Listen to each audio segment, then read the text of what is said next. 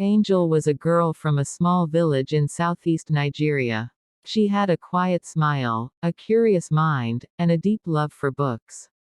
Whenever she wasn't helping her mother with chores or going to the stream, she could be found reading under the big mango tree near their house. Her dream was to become a lecturer one day and help people achieve their dreams. She often imagined herself in a university classroom, holding a book, with students watching her with eyes full of wonder. Her father, Mr. Charles, supported her dreams. He was a simple farmer, but he believed in education. "Angel, you will go far," he always told her, patting her head gently. "Your dreams are big, and your heart is strong." Angel held onto those words like treasure. But everything changed the year Mr. Charles died. It was a quiet morning, and the harmattan breeze was blowing gently. Charles had gone to the farm and never came back. The news of his death broke Angel's heart. He had been her greatest supporter. After his passing, Mr. Henry, her father's older brother, became the head of the family. He was a man of strong opinions. He believed that women should not go too far with education. "A woman's place is in the kitchen," he often said. "Her duty is to marry, cook, and bear children." Angel was heartbroken. She had just graduated from secondary school and was about to enter university before her father died. She wept bitterly, knowing her mother could not afford her school fees. Henry, on the other hand, began to make decisions for her. He didn't want to pay her school fees anymore. He said it was a waste of money. "Let her prepare to be a good wife," he told Angel's mother. Angel's mother, Mrs. Vivian, was not happy that her daughter could not make it to the university level. But she didn't have any other choice, so she supported Uncle Henry's decision to marry Angel off since she could not afford to send her back to school. Angel cried many nights. Her books stayed under her bed, gathering dust. Months passed, and Angel got a teaching job at a community school in her village.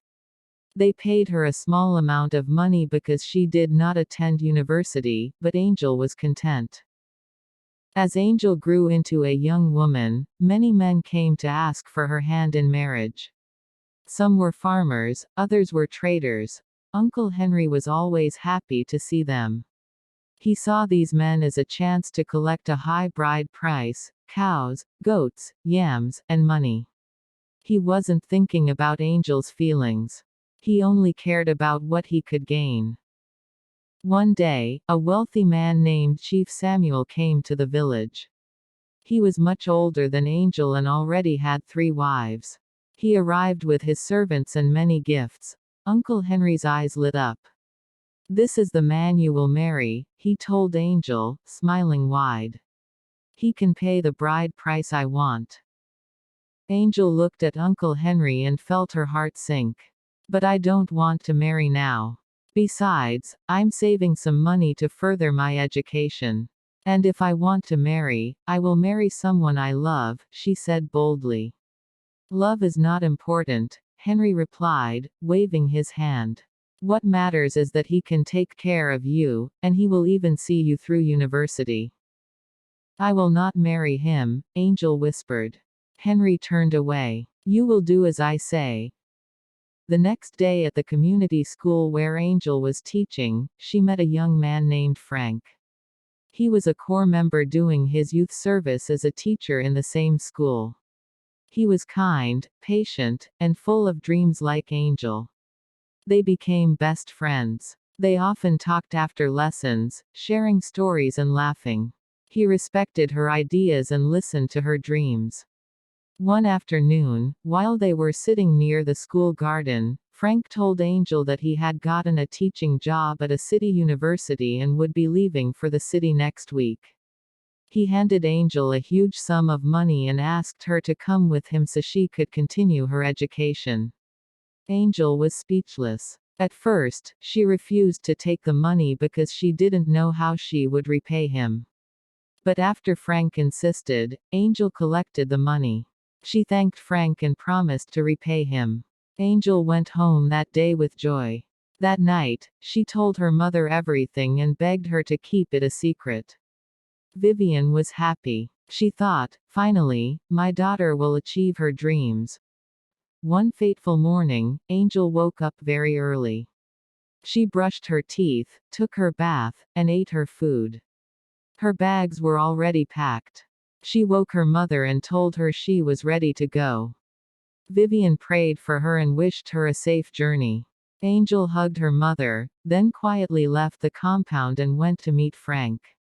When she reached Frank's house, she met him locking his door with his luggage outside.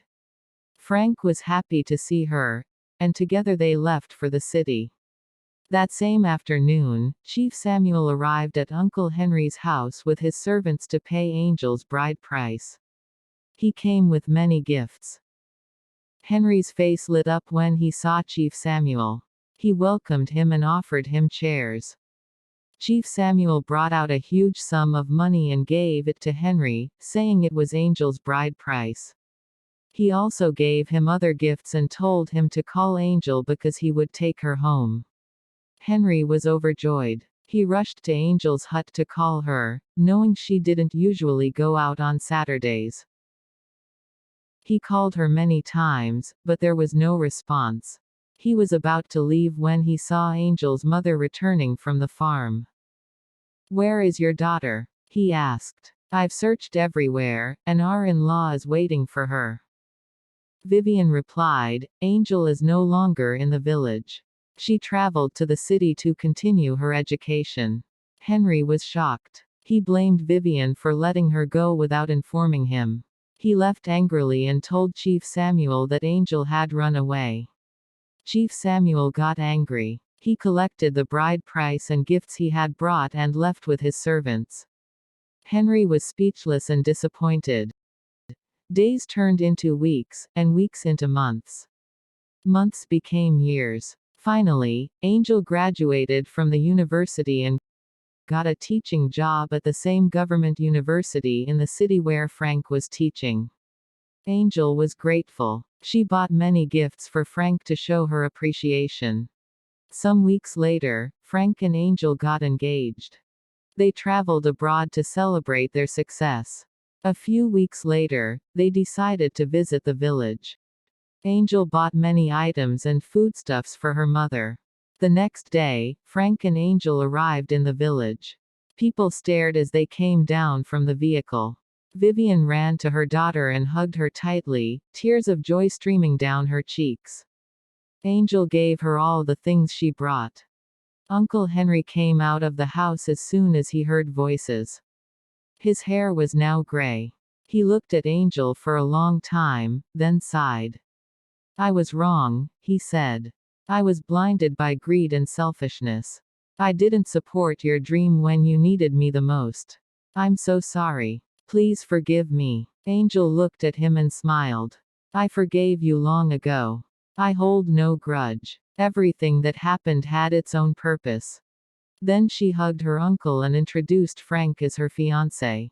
Together, they celebrated their family reunion. Frank later married Angel in a traditional ceremony. Angel and Frank built 2 mansions in the village, one for Vivian and the other for Uncle Henry. Then they traveled back abroad. Years later, Angel gave birth to twins, a boy and a girl. They lived happily together. The story of Angel and Frank became a lesson for others. People began to understand that marriage should be built on love, not money. They also saw that women have dreams worth chasing. Her story spread across the villages, reminding everyone that courage, love and determination can change even the hardest hearts.